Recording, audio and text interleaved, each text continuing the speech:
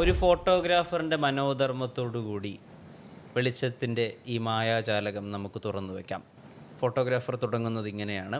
നരിവേട്ട കണ്ടപ്പോൾ മുതൽ photographer rewatch ചെയ്തതിൻ്റെ അടിസ്ഥാനത്തിൽ രഞ്ജൻ പ്രമോദിനോട് സംസാരിക്കാമെന്ന് വിചാരിച്ചു. ക്ലോസ് ആൻഡ് പേഴ്സണൽ പോഡ്കാസ്റ്റിൽ അതിഥിയായി അദ്ദേഹമാണ് ചേരുന്നത്. നമസ്കാരം. നമസ്കാരം. എന്നെ കുറേ വട്ടം ആലോചിപ്പിച്ചിട്ടുള്ളൊരു വരികളാണത്. നരിവേട്ട കണ്ടപ്പോൾ ഒന്നുകൂടി ഫോട്ടോഗ്രാഫർ പോയി കണ്ടു. രണ്ടിലും സമാനമായ സംഭവങ്ങൾ പറയുന്നുണ്ട്.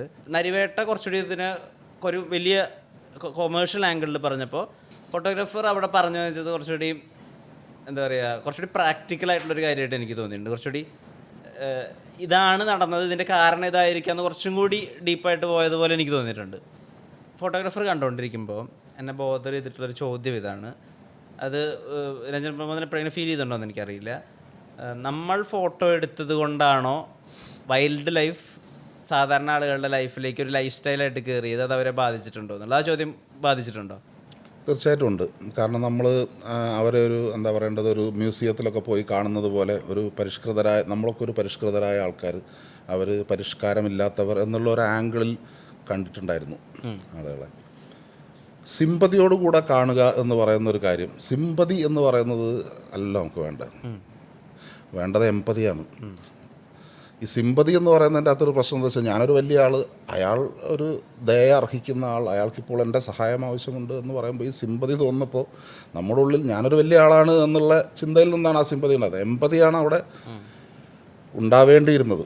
അപ്പോൾ അങ്ങനെ നമ്മൾ ഫോട്ടോ എടുത്തത് കൊണ്ട് തന്നെയാണ് അവരുടെ ലൈഫ് ഡിസ്റ്റർബ് ആയിട്ടുണ്ട് എന്നുള്ളത് എനിക്ക് തോന്നിയിട്ടുണ്ട്.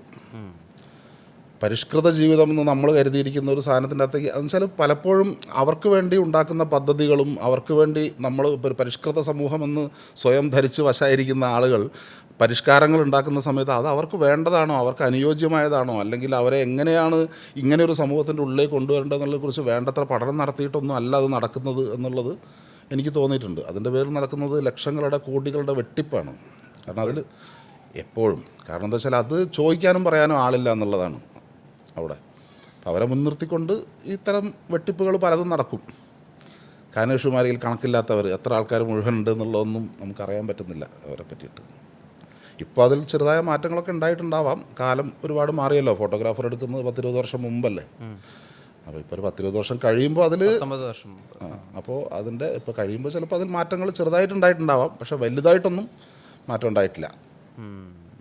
ഈ ഫോട്ടോഗ്രാഫറിന് ഇൻസ്പിറേഷൻ ആയിട്ടുള്ളൊരു കഥ, ഈ പാല് കൊണ്ടുവരാൻ കാട് കിടക്കുന്ന ഒരു ചെറുക്കനെ ഒരു ദൈവം വന്ന് സഹായിക്കുന്നതാണെന്ന് കേട്ടിട്ടുണ്ട്. അങ്ങനെ തന്നെയാണോ? അതെ, അങ്ങനെ ഒരു കഥ ഞാൻ ചെറുപ്പത്തിൽ എവിടെയോ പഠിച്ചതുപോലെയോ സ്കൂളിൽ പഠിച്ച പോലെയോ അങ്ങനെയുള്ളതായിട്ടുള്ളൊരു കഥയാണ്. അല്ലാതെ ഇനി ആരോ എനിക്ക് പറഞ്ഞു തന്ന കഥയാണെന്ന് എനിക്കറിയില്ല. പാല് കൊണ്ടുപോകാൻ പോകുന്ന ഒരാളെ നിത്യവും ഇങ്ങനെ കാട് വഴി കാണിച്ചു കൊണ്ടിട്ടുന്ന ഒരു പയ്യനുണ്ടായിരുന്നു. പിന്നീട് അത് ദൈവമായിരുന്നു എന്ന് അയാൾ തിരിച്ചറിയുന്നുള്ള പോലെയാണ് അതിൻ്റെ ഒരു ഓർമ്മ. അത് ഒരു ഇൻസ്പിറേഷനായിട്ട് ഉണ്ടായിരുന്നു അതിൻ്റെ ഉള്ളിൽ, അങ്ങനത്തെ ഒരു പയ്യൻ എന്നുള്ള ആ ഒരു എലിമെൻറ്റിൽ. ഈ ആ ദൈവം കൃഷ്ണനായിരുന്നു എന്നുള്ളതായിരുന്നല്ലോ സങ്കല്പം. ഈ മീശമാധവന്റെ കാര്യം പറയുന്ന സമയത്തും അതൊരു കൃഷ്ണൻ രുക്മിണി റിലേഷൻഷിപ്പായിട്ട് ആണ് പറയുന്നത് എന്നോട് തന്നെ. അല്ല, അത് വളരെ നമ്മളത്രയും അങ്ങനെ ഇതായിട്ട് നോക്കിയിട്ട് ചെയ്തതൊന്നുമല്ല. അത് കൃഷ്ണനായിരിക്കണം രുക്മിണി ആയിരിക്കണം എന്ന് വിചാരിച്ച് ചെയ്തതൊന്നുമല്ല. അത് അതിൻ്റെ ഉള്ളിൽ വെറുതെ നമ്മൾ മനസ്സിലത് കണ്ണൻ മാധവൻ എന്നുള്ള പേര് ആവുന്ന സമയത്ത് അങ്ങനെയുള്ള കാര്യങ്ങൾ നമ്മൾ ചിന്തിച്ചു പോകുന്നതാണ്. അല്ലാതെ കൃഷ്ണൻ്റെ കഥയിൽ നിന്നോ ജീവിതത്തിൽ നിന്നോ ഒരു പാരലലും നമ്മൾ അതിൻ്റെ ഉള്ളിലേക്ക് എടുത്തിട്ടില്ല. ഇപ്പോൾ ബേസിക്കലി നാട്ടുകാർക്ക് ഇഷ്ടമുള്ള ഒരു കള്ളൻ എന്ന് ഒരു ലൈൻ പറയുമ്പോൾ അങ്ങനെ ഒരു കള്ളനുണ്ടോ? കള്ളനെ ആൾക്കാർക്ക് ഇഷ്ടമാവുമോ? നാട്ടുകാർക്ക് ഇഷ്ടമല്ലല്ലോ കള്ളനെ. പിന്നെ എങ്ങനെ ആൾക്കാർക്ക് ഇഷ്ടമുള്ള കള്ളൻ എന്ന് പറയുക? ആരാണ് അങ്ങനെ നാട്ടുകാർക്ക് ഇഷ്ടമുള്ള കള്ളൻ എന്ന് ചോദിക്കുമ്പോഴാണ് ഇല്ല, നാട്ടുകാർക്ക് ഇഷ്ടമുള്ളൊരു കള്ളനുണ്ട്, അത് കള്ളക്കണ്ണനാണ് എന്ന് പറഞ്ഞിട്ട് നമുക്ക് അത്തരത്തിൽ നമുക്ക് അപകടകരമല്ലാത്ത മോഷണങ്ങൾ, ചെറിയ ചെറിയ കാര്യങ്ങൾ ചെയ്ത് കുഴപ്പമുള്ള കാര്യങ്ങൾ ചെയ്യുന്നതല്ല. അതിൻ്റെ അപ്പുറത്ത് നിൽക്കുന്ന ആൾ ഭീകരമായ കള്ളന്മാരും ഭീകരമായ കൊള്ളക്കാരുമാണ്. അപ്പോൾ ഇയാളുടെ മോഷണവും കളവ് എന്ന് പറയുന്നത് കമ്പാരിറ്റീവ്ലി വളരെ നിസ്സാരമായ അല്ലെങ്കിൽ വളരെ നിഷ്കളങ്കമായ കള്ളമായി മാറുക എന്നുള്ളതാണ്. അങ്ങനെയാണ് ആ ക്യാരക്ടറിനെ കൊണ്ടുപോയത്. ഈ സ്വന്തം സംവിധായകനായി മാറിയപ്പോഴേ സ്വയം സൃഷ്ടികൾക്കൊക്കെ തന്നെ ഡയലോഗുകൾ ആവശ്യമുള്ള സ്ഥലത്ത് മാത്രം മതി. വിഷ്വലിലൂടെയാണ് കഥ പറഞ്ഞുകൊണ്ടിരിക്കുന്നത്. അപ്പോൾ അതിന് ആ വിഷയം ഡിമാൻഡ് ചെയ്യുന്ന നറേറ്റീവ് അങ്ങനെ ആയതുകൊണ്ടാണോ എന്ന് എനിക്കറിയില്ല. ഇപ്പോൾ 0 Point Baby ആയാലും ശരി, അല്ലെങ്കിൽ അതിനു മുമ്പ് ചെയ്തിട്ടുള്ള രക്ഷാധികാരി ബൈജു ആയാലും ശരി, കഥ ആവശ്യപ്പെടുന്ന സ്ഥലത്ത് മാത്രമേ ഡയലോഗുകളുള്ളൂ. ഇതേ ആള് തന്നെയാണ് തീർന്നു ഈ ജന്മത്തിലെ ബന്ധങ്ങളെല്ലാം പോലത്തെ ഡയലോഗുകൾ എഴുതുന്നത്, അല്ലെങ്കിൽ ഈ പറഞ്ഞ പോലെ മാധവൻ കള്ളനാ പക്ഷെ മാധവൻ കട്ടൊന്നും ചേക്കോട്ട് പുറത്തു പോയില്ല എന്ന് പറയുന്നത്. അത് കാലത്തിൻ്റെ മാറ്റമായിരുന്നു, ഡയലോഗുകൾ വേണ്ട വിഷ്വൽ മതി എന്നുള്ളത്. അത് എന്തായിരുന്നു അതിൻ്റെ കാര്യം? ഇല്ല, അങ്ങനെ ഡയലോഗുകൾ വേണ്ട വിഷ്വലുകൾ മതി എന്നുള്ളൊരു സംഭവത്തിലേക്ക് ഞാൻ വന്നിട്ടേ ഇല്ല, ഒരിക്കലും അങ്ങനെ വന്നിട്ടില്ല. ഞാൻ സിനിമയിൽ വന്നുകൊണ്ടിരിക്കുന്ന കാലത്ത് വെർബോസ്, അതായത് ഡയലോഗുകളിലൂടെ കഥ പറയുന്നതായിരുന്നു സിനിമയുടെ രീതികൾ. കാരണം എന്താ വെച്ചാൽ നാടകത്തിൽ നിന്നും നോവലിൽ നിന്നുമൊക്കെ വന്ന ആൾക്കാരാണ് മലയാള സിനിമയിലെ എഴുത്തുകാരായി വരികയും ചെറുകഥാകൃത്തുക്കൾ അങ്ങനത്തെ സാഹിത്യത്തിലുണ്ടായിരുന്ന ആളുകളാണ് സിനിമയിലേക്ക് വന്നിട്ട് നമ്മുടെ സിനിമയുടെ ചരിത്രം ഉണ്ടായിരിക്കുന്നത്. അപ്പോൾ കൂടുതലായിട്ടും ഡയലോഗിലൂടെ ആയിരിക്കും കുറേ കഥകൾ പറഞ്ഞു പോകുന്നൊരു സമ്പ്രദായം നമ്മുടെ നാട്ടിലുണ്ടായിരുന്നത് മീശമാധവൻ മുതൽ ഇറങ്ങുന്ന സമയത്ത്. മീശമാധവനിലും അങ്ങനെ ടോട്ടൽ ഡയലോഗിലൂടെ കഥ പറയുക എന്നുള്ള, ഡയലോഗിലൂടെ അതിൽ പറയുന്നുണ്ടെങ്കിലും കുറെ കൂടെ സിനിമ എന്ന് പറയുന്നത് ഒരു വിഷ്വലാണ്, അതിനൊരു വിഷ്വൽ ട്രീറ്റ് ആയിരിക്കണം എന്നുള്ളൊരു ബോധം ഉള്ളിലുണ്ട്.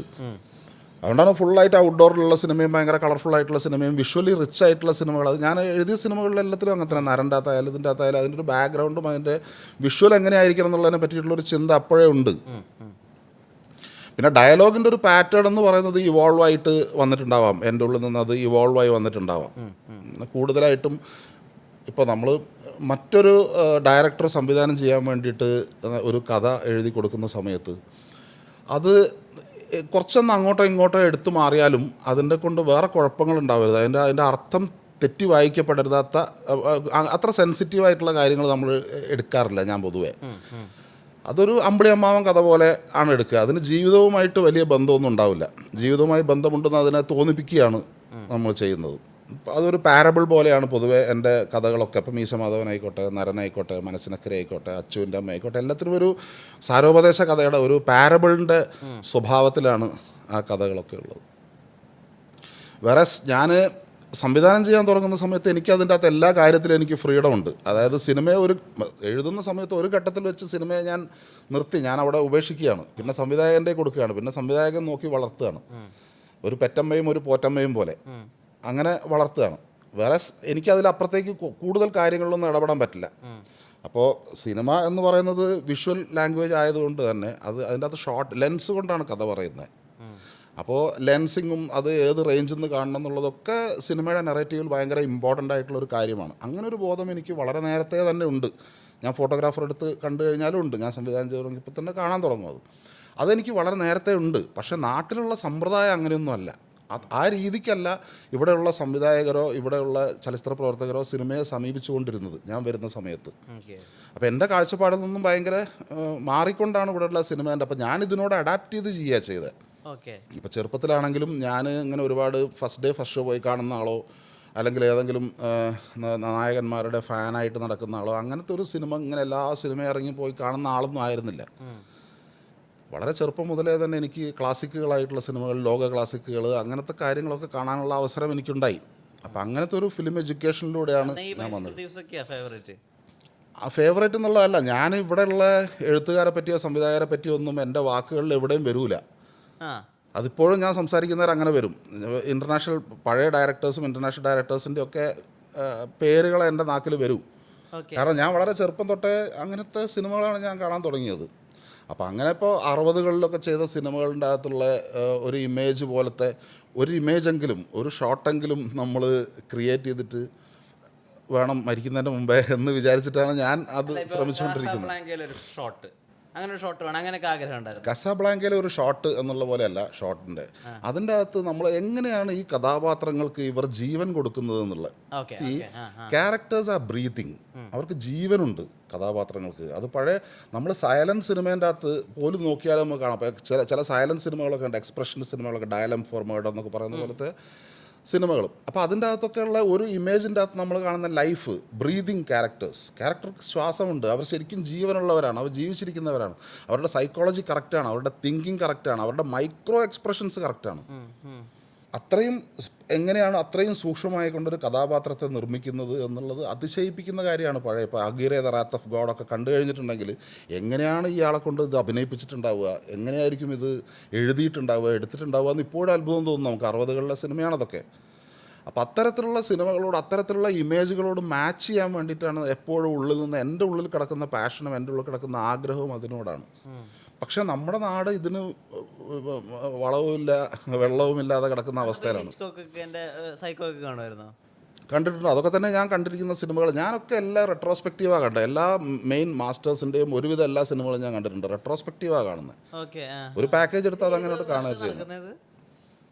ഇത് വർഷം ചെറുപ്പം എന്ന് പറയുമ്പോൾ ഒരു 80-കൾ 90-കളാണല്ലോ. 90-കൾ 80-കളുടെ അവസാനവും 90-കളും എന്നാണ് ഉള്ളത് എൻ്റെ 90-കളിൽ. അപ്പം ഞാൻ 10ാം ക്ലാസ്സിലൊക്കെ പഠിക്കുന്ന കാലം തൊട്ടേ ഞാൻ അങ്ങനെ സിനിമകൾ കാണുന്നതാണ്. അന്നിപ്പോൾ ഇൻ്റർനെറ്റ് ഒന്നും ഇല്ലല്ലോ, നമുക്ക് സിനിമ കാണാനുള്ള സൗകര്യമൊന്നുമില്ല. ഒഡേസയായിരുന്നു എൻ്റെ തട്ടകം. ഒഡേസയിൽ ഞാൻ പോകുന്ന സമയത്ത് ജോൺ അബ്രഹാമൊക്കെ എൻ്റെ കാലം കഴിഞ്ഞു. ജോൺ അബ്രഹാം മരിച്ചു. അതിനുശേഷം ഒഡേസ ആരും നോക്കാനില്ല, ആരുമില്ല. അവിടെ ഒരു അമ്മദുക്ക മാത്രമുണ്ട്, ടെലിഫോൺസിൽ വർക്ക് ചെയ്യുന്ന അമ്മദുക്ക. ആ AC വില്ല എന്ന് പറയുന്ന നടക്കാവിലുള്ള ഓഫീസിന് വാടക കൊടുത്ത് ആ അസറ്റ്സൊക്കെ ഒരു അതിനൊക്കെ കാവലിരിക്കുകയാണ്. അദ്ദേഹത്തിന് ഫാമിലി ഒന്നും ഉണ്ടായിരുന്നില്ല, കല്യാണമൊന്നും കഴിച്ചിട്ടുണ്ടായിരുന്നില്ല അദ്ദേഹം. അപ്പോൾ അവിടെ ഒരു 16mm പ്രൊജക്ടർ ഉണ്ട്. കുറേ 16mm കുറേ ഡോക്യുമെൻ്ററി ഫിലിംസ് അങ്ങനെ കാര്യം ഒഡേസയുടെ കയ്യിലുള്ള കുറേ സാധനങ്ങളുണ്ടായിരുന്നു. പിന്നെ ഒഡേസ ജേണലിന് വേണ്ടിയിട്ട്, അതായത് ഒഡേസ ജേണൽ ഉണ്ടായിരുന്നു. ഒഡേസ ജേണൽ അവിടെ മുടങ്ങി കിടക്കുകയായിരുന്നു.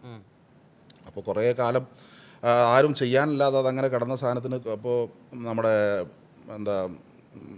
എന്ത് പ്രിൻറ്റിങ് ആയെന്ന് പറയുന്നത് മറ്റേ ഇതില്ലേ ഓഫ്സെറ്റ് പ്രിൻറ്റിങ്ങിന് വേണ്ടിയിട്ടുള്ള ഈ ബട്ടർ പേപ്പർ മാതിരത്തെ ഒരു സാധനത്തിൻ്റെ മുകളിൽ ഇത് പ്രിൻ്റ് ചെയ്ത് അടിച്ചു വെച്ചിട്ടുണ്ട്. അങ്ങനെ കുറേ ലേഖനങ്ങൾ അടിച്ചു വെച്ചിട്ടുണ്ട്. ഇനി അത് നമ്മൾ വെട്ടി ഒട്ടിച്ച് ലേ ഔട്ട് ചെയ്ത് ഫോട്ടോ വെച്ച് ചിത്രം വെച്ച് ഇതൊരു ബുക്കായിട്ട് പബ്ലിഷ് ചെയ്യണം.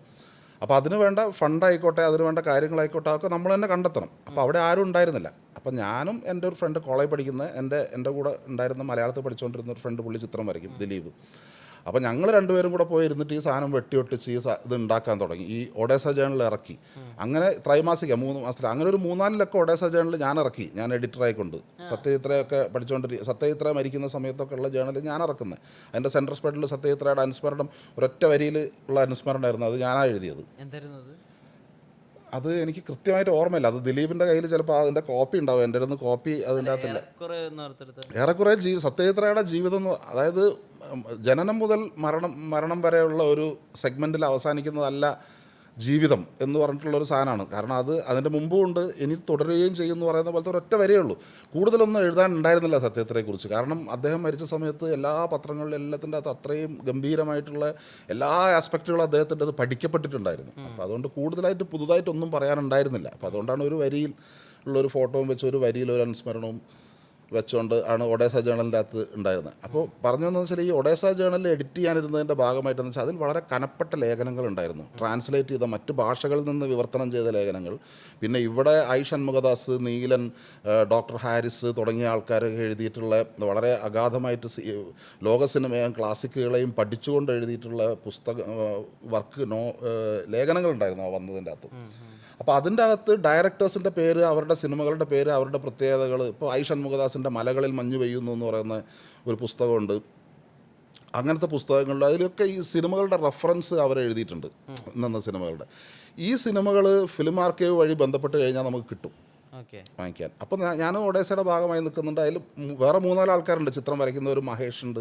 അങ്ങനെ കുറച്ച് ആൾക്കാർ ഇതിൻ്റെ കൂടെ സിനിമ കാണാൻ ആഗ്രഹമുള്ള ആൾക്കാരും ഇത് നിലനിൽക്കണം എന്ന് വിചാരിക്കുകയൊക്കെ ചെയ്യുന്ന ആൾക്കാരുണ്ട്.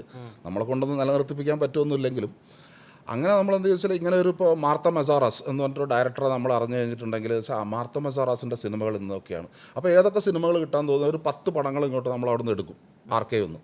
അപ്പോൾ 40 രൂപ കൊടുത്തു കഴിഞ്ഞാൽ അവർ ട്രെയിനിൽ ആ സാധനം കയറ്റി വിടും. നമുക്കിവിടെ ഫിലിം ശ്രീ തിയേറ്ററിൻ്റെ അകത്ത് മോർണിംഗ് ഷോ 10 മണിക്കല്ല ചിലപ്പോൾ 8 മണിക്കൊക്കെ തുടങ്ങും. റെഗുലർ ഷോ തുടങ്ങുന്നതിന് മുമ്പുള്ള ഒരു ടൈമിൽ കോഴിക്കോട് കൈരളി ശ്രീയിലെ ശ്രീ തിയേറ്ററുണ്ട്, ചെറിയ തിയേറ്റർ. ആ തിയേറ്ററിൻ്റെ അകത്ത് പ്രൊജക്റ്റ് ചെയ്തിട്ടാണ് കാണുന്നത് സിനിമ. അങ്ങനെ ഞാൻ മിക്ലോസ് യാങ്സ്കോൻ്റെ സിനിമയൊക്കെ കണ്ടിട്ടുണ്ട്, ഇലക്ട്ര മൈലവൊക്കെ. മിക്ലോസ് യാങ്സ്കോൻ്റെ സിനിമ എന്നൊക്കെ പറഞ്ഞാൽ ഇനി നിങ്ങൾക്ക് കാണാൻ പറ്റില്ല. എന്താണെന്ന് വെച്ചാൽ അതൊക്കെ തിയേറ്ററിൽ തന്നെ കാണേണ്ട സിനിമകളാണ്. പക്ഷേ 2 മണിക്കൂറുള്ള സിനിമ എന്ന് പറയുന്നത് ടോട്ടലി 12 ഷോട്ട്. മിക്ലോസ് യാങ്സ്കോ ഏറ്റവും കൂടുതൽ എടുത്തിരിക്കുന്ന 21 ഷോട്ടുകളാണ്. ഹംഗറിയൻ റാപ്സഡി എന്ന് പറഞ്ഞ പടത്തിൽ 21 ഷോട്ട്. പക്ഷേ 2 മണിക്കൂറുള്ള പടമാണ് എന്ന് വെച്ചിട്ടുണ്ടെങ്കിൽ ഒരു ഷോട്ട് ഇങ്ങനെ സ്റ്റാറ്റിക് കാണുമെന്നല്ല, ഭയങ്കര കോറിയോഗ്രാഫിയാണ്, ഷോട്ടിൻ്റെ കോറിയോഗ്രാഫി. സിംഗിൾ ഷോട്ടുകൾ, ലോങ് ഷോട്ടുകൾ. മിസാൻസീൻ എന്ന് പറയുന്ന അന്നൊരു പൊളിറ്റിക്കൽ മൂവ്മെൻ്റ് ആയിക്കൊണ്ടാണ്. മൊണ്ടാഷ് എന്ന് പറയുന്നത് ഒരു പൊളിറ്റിക്കൽ മൂവ്മെൻ്റാണ്.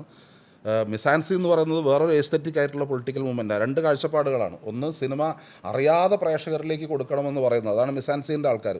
നിങ്ങൾ സിനിമ കാണുകയാണെന്നുള്ള ബോധം ഉണ്ടാവരുത്, നിങ്ങൾ അതിൻ്റെ ഉള്ളിലേക്ക് കയറി വന്ന് അറിയാതെ നിങ്ങൾ ഉള്ളിലേക്ക് പോകുന്നു. മൊണ്ടാഷ് എന്ന് പറയുന്നത് റഷ്യയിൽ നിന്നുണ്ടായിട്ടുള്ളതാണ്. മൊണ്ടാഷ് സെർഗി ഐസൻസ്റ്റീൻ്റെ ആശയമാണ്, അതൊരു പൊളിറ്റിക്കൽ ആശയമാണ്. അതെന്തിനാണെന്ന് വെച്ചിട്ടുണ്ടെങ്കിൽ നിങ്ങളെ സിനിമ കാണാൻ സമ്മതിക്കില്ല. നിങ്ങളെ എന്ത് ചെയ്യുന്നു വെച്ചിട്ടുണ്ടെങ്കിൽ ഇടയ്ക്കിടയ്ക്ക് ബ്രേക്ക് ചെയ്യും നിങ്ങളെ ഇമോഷണലി. എന്നിട്ട് നിങ്ങളുടെ ഇൻ്റലിജൻസിനെ പാർട്ടിസിപ്പേറ്റ് ചെയ്യിപ്പിക്കും. അതായത് സിനിമയുമായിട്ടൊരു ഡിബേറ്റ് ഉണ്ടാക്കും. മിസാൻസി എന്ന് പറയുന്നത് അങ്ങനെ ആയിരുന്നില്ല. അപ്പോൾ വുമൺ ഓഫ് ഡ്യൂൺസ് എന്നൊക്കെ പറയുന്ന സിനിമകൾ. അപ്പോൾ ഇതിൻ്റെയൊക്കെ ഓരോരോ ഇത്, കാരണം നമ്മുടെ കൂടെ ഉണ്ടായിരുന്ന ആൾക്കാർ, ഡോക്ടർ ഹാരിസ് ആയിക്കോട്ടെ, ഇവരൊക്കെ ഇതിന് വളരെ വിശദമായിട്ട് ഇതിൽ പഠിച്ചിട്ടുള്ള ആൾക്കാരാണ്. അപ്പോൾ അങ്ങനെ ഞാൻ animation films, short films, silent films, ഇങ്ങനെ പിന്നെ മിസാൻസിൻ്റെ ഉദാഹരണങ്ങളായിട്ടുള്ള സിനിമ, ഇങ്ങനെ ഭയങ്കര വിശദമായിട്ട് എനിക്കിത് പഠിക്കാനുള്ള അവസരം ഉണ്ടായി. ആ സമയത്ത് പഠിക്കാനുള്ള അവസരം ഉണ്ടായതല്ല, നമ്മൾ ഉണ്ടാക്കിയതാണ്. അപ്പോൾ ഈ സാധനം കൊണ്ടുവന്നുണ്ടെങ്കിൽ ശ്രീ തിയേറ്ററിന് വാടക കൊടുക്കണം. അപ്പോൾ നമ്മൾ ടിക്കറ്റ് എടുത്ത് താല്പര്യമുള്ള ആൾക്കാർക്ക് കൊടുത്ത് അത് വിറ്റിട്ട് വേണം നമുക്കത് നടത്താൻ, അതിൻ്റെ ചിലവ് കണ്ടെത്താൻ. അപ്പോൾ അത്രയും പണികൾ ആണ്. കോളേജ് പഠിച്ചുകൊണ്ടിരുന്നപ്പോൾ ഞാനിതൊക്കെയാണ് ചെയ്തത്, കോളേജ് പഠിക്കുകയല്ല ചെയ്തത്. അപ്പോൾ അങ്ങനെ സിനിമകൾ കാണുകയാണ് ചെയ്തത്. അപ്പോൾ അങ്ങനെ ഇൻ്റർനാഷണൽ സിനിമകളോടുകൂടി ആയിരുന്നു സഹവാസം. പിന്നീട് സിനിമയിലേക്ക് വരുന്നത്, ഞാൻ അടയാർ ഇൻസ്റ്റിറ്റ്യൂട്ടിൽ ഫസ്റ്റ് ഇയർ പഠിക്കുന്ന സമയത്ത് ഒരു ടെലിഫിലിം ചെയ്തു. തകർച്ച വ്യാധി എന്നായിരുന്നു അതിൻ്റെ പേര്. ഒരു എപ്പിസോഡേ ഉള്ളൂ. അത് ദൂരദർശൻ്റെ ചാനൽ, ഒരു 5th ചാനലുണ്ടായിരുന്നു. അപ്പോൾ അതിലേക്ക് വേണ്ടിയിട്ട് ചെയ്തതാണ്. അപ്പോൾ അതിൻ്റെ അകത്ത് അത് ചെക്കോവിൻ്റെ കഥേനെ ബേസ് ചെയ്തിട്ടാണ്, ആൻറ്റൺ ചെക്കോവിൻ്റെ എനിമീസ് എന്ന് പറയുന്ന ഒരു കഥേനെ ബേസ് ചെയ്തിട്ട് ചെയ്തിരിക്കുന്നത്. എൻ്റെ പേര് തകർച്ച വ്യാധി എന്നായിരുന്നു എൻ്റെ പേര്. ഇത് ഞാൻ ട്രിവാൻഡ്രത്ത് ചിത്രാഞ്ജലിയിലുള്ള അന്നത്തെ കളറിസ്റ്റ് സുധീർ, അടയാർ ഇൻസ്റ്റിറ്റ്യൂട്ടിൻ്റെ ആൾക്കാർ, പിന്നെ ചന്ദ്രമോഹൻ നായർ പൂനെ ഇൻസ്റ്റിറ്റ്യൂട്ടിലെ ആക്ടിങ്ങിൻ്റെ പ്രൊഫസറായിരുന്നു, ലെക്ചറായിരുന്നു. ഇദ്ദേഹം, ഇങ്ങനത്തെ കുറച്ച് ആൾക്കാർക്ക് ഞാനിത് കാണിച്ചു കൊടുത്തു, ടെലിഫിലിം കാണിച്ചു കൊടുത്തു. അപ്പോൾ ഇത് കണ്ടിട്ട് സുധീർ, ചന്ദ്രമോഹൻ സാറ്, സുധീർ എന്നൊന്നും ഞാൻ പറയാൻ പാടില്ല, സുധീർ സാറെന്ന് ഞാൻ പറയണം. കാരണം എന്ന് വെച്ചാൽ എൻ്റെ സീനിയറുമാണ്, വളരെ സീനിയറായിട്ടുള്ള ആളാണ്. സുധീർ സാറെന്ന് ഞാൻ പറയാത്തതെന്ന് വെച്ചാൽ പുള്ളി എന്നോട് അത്രയും ഫ്രണ്ട്ലി ആയിട്ട് ഇടപെട്ടുകൊണ്ടാണ് ഞാൻ അങ്ങനെ പറയാത്തത്. വലിയ ആൾക്കാരാണ്. അപ്പോൾ ഇവർ ഇത് കണ്ടിട്ട് എൻ്റെ അടുത്ത് പറഞ്ഞതെന്ന് വെച്ചാൽ അവർക്ക് എല്ലാം സിനിമയൊക്കെ ഇഷ്ടപ്പെട്ടു, നന്നായി എന്നൊക്കെ എല്ലാവരും പറയുകയൊക്കെ ചെയ്തു. അപ്പോൾ ചന്ദ്രമോഹൻ സാറ് എൻ്റെ അടുത്ത് വിളിച്ചിട്ട് പറഞ്ഞ്, നിൻ്റെ അടുത്ത് ഞാൻ ഈ സിനിമ ഗംഭീരമാണ്, അതിഗംഭീരമാണെന്ന് പറഞ്ഞു കഴിഞ്ഞാൽ കുറച്ച് കാലം കഴിയുമ്പോൾ നീ വിചാരിക്കും ഈ ചന്ദ്രമോഹൻ സാർ എന്തൊരു മണ്ടനാണെന്ന്. കാരണം 2 കൊല്ലം കഴിയുമ്പോൾ നീ എന്നെ തിരിച്ചറിയും. പക്ഷേ ഒരു കാര്യം ഞാൻ പറയാം, പൂനെ ഇൻസ്റ്റിറ്റ്യൂട്ടിൽ ഞാൻ ഇന്ന് വരെ കണ്ട ഡിപ്ലോമ ഫിലിമുകളെ അപേക്ഷിച്ച് നോക്കുമ്പോൾ ഇത് വളരെ മികച്ചതാണ്. എന്നിട്ട് പുള്ളി പറഞ്ഞ് വെച്ചാൽ, പക്ഷേ ഇതും കൊണ്ട് നീ ഇവിടെ ഇറങ്ങി നടന്നാൽ അരി മേടിക്കാൻ കാശ് കിട്ടില്ല. കാരണം ഇവിടേക്ക് സിനിമ എത്തിയിട്ടില്ല. അപ്പോൾ കുറേ മംഗളം, മനോരമ, അങ്ങനത്തെ കുറേ സാധാരണ മാപ്രസിദ്ധീകരണങ്ങൾ എന്ന് പറഞ്ഞിട്ടുണ്ടെങ്കിൽ എന്താ വെച്ചിട്ടുണ്ടെങ്കിൽ ഈ പൈങ്കിളി കഥകൾ എന്ന് പറയും, സാധാരണ നോവലുകൾ എല്ലാവരും വായിക്കുന്നു, അങ്ങനത്തെ സിനിമകൾ കാണും, അങ്ങനത്തെ നോവലുകൾ വായിക്കും. എന്നിട്ട് നീ കുറച്ചൊന്ന് താഴോട്ടിറങ്ങി വരണം, അല്ലാതെ അങ്ങനെ ആ ലെവലിൽ നിന്ന് കഴിഞ്ഞാൽ അരിമേടിക്കാൻ നടക്കില്ല എന്ന് പുള്ളി ഉപദേശിച്ചു തന്നെ. ആ ഉപദേശം പക്ഷേ ഞാൻ ശിരസാ വഹിച്ചു. കാരണം എനിക്ക് മനസ്സിലായി അങ്ങനത്തെ ഒരു കാര്യമുണ്ടെന്നുള്ളത്. അപ്പോൾ ഈ കൊമേഴ്ഷ്യൽ സിനിമകളൊക്കെ എഴുതുന്നതിനേക്കാൾ മുമ്പ് വളരെ കണ്ടന്റ്ഫുൾ ആയിട്ടുള്ള സിനിമകൾ ഉണ്ടാക്കാൻ വേണ്ടിയുള്ള ശ്രമം നടത്തിയിരുന്ന ഒരു രഞ്ജൻ പ്രമോദ് ഉണ്ടായിരുന്നോ? ഇല്ല, അങ്ങനെ ശ്രമം നടത്തുക എന്നുള്ള കാര്യമൊന്നുമില്ല. അങ്ങനെ ശ്രമമൊന്നും നടന്നിട്ടൊന്നുമില്ല. കാരണം അന്ന് എവിടെ നടത്താൻ ശ്രമം? നമ്മൾ പറയുന്ന കാര്യം ആൾക്കാർക്ക് കിട്ടണമല്ലോ, ആൾക്കാർക്ക് മനസ്സിലാവണമല്ലോ.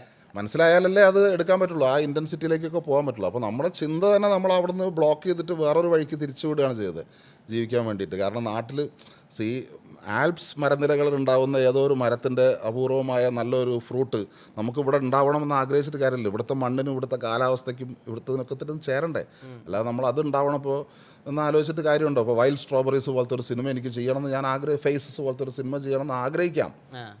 അത് നമ്മൾ ആഗ്രഹിച്ചു കഴിഞ്ഞാൽ ഇവിടെ ആളുകളെ ഇവിടുത്തെ ഒരു ഇതിൻ്റെ അകത്ത് ഞാനത് എക്സിക്യൂട്ട് ചെയ്യണ്ടേ.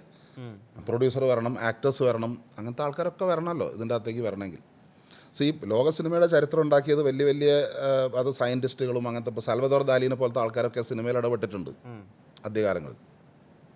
നമ്മുടെ ഇവിടെ സിനിമ ഉണ്ടായത് അങ്ങനെയല്ല. നമ്മുടെ ഇവിടെ സിനിമ ഉണ്ടായത് നാടകം സിനിമയാക്കിക്കൊണ്ടാണ്. നാടകത്തിൽ നിന്നാണ് സിനിമ ഉണ്ടായത്.